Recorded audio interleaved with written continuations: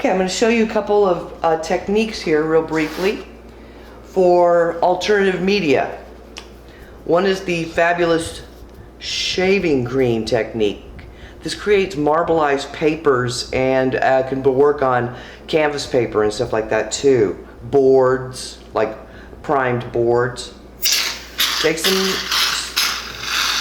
shaving cream and you spill it out all over in your container. I'm using an old paint tray here.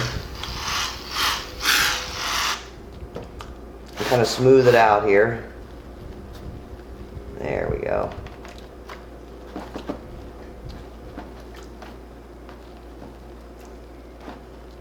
Very good. Okay. Get some extra gloppiness off of there. Alright. Then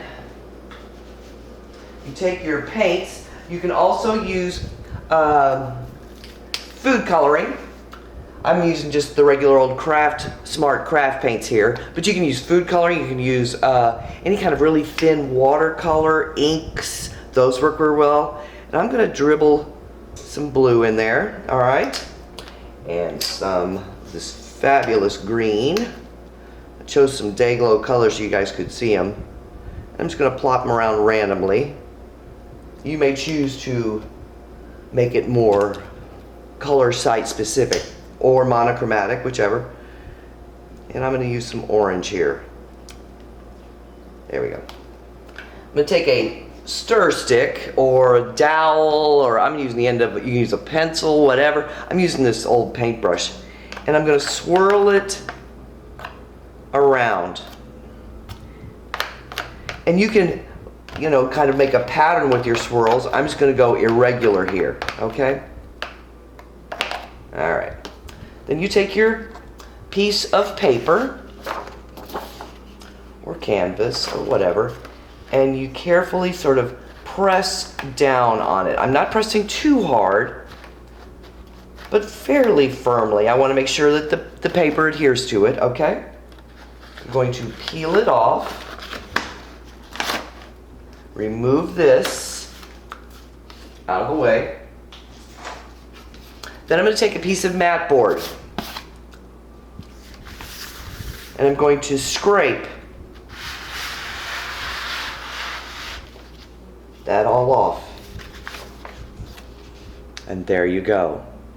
It is will dry perfectly clean and no residue of anything on there. Super easy to clean up because it's just shaving cream. It's just like working with, you know, soap.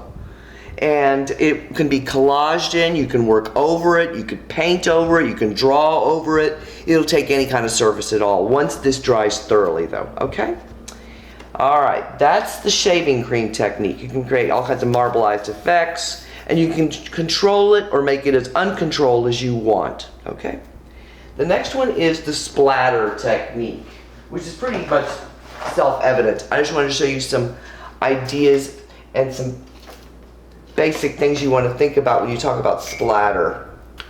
You can use the drip technique with like large paint brushes and you actually kind of drip it like this.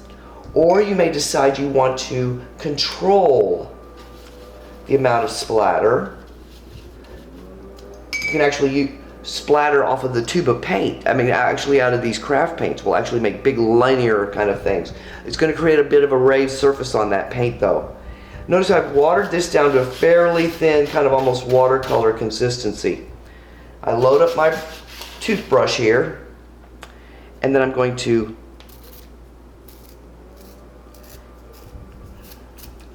I've sprayed myself mostly, so here we go. If you wanted to create sort of a starry sky, if you wanted to create sort of a smoky look, you can even put layers over different colors of spattering. You can layer it over a primed painted background. And this is the splatter technique. And you can just make, see how nice it would be just for like if you want to do an outer space thing. That's easy, okay? These are easy, simple techniques. It doesn't take a whole lot of super expensive equipment either with this. Have a good time with it.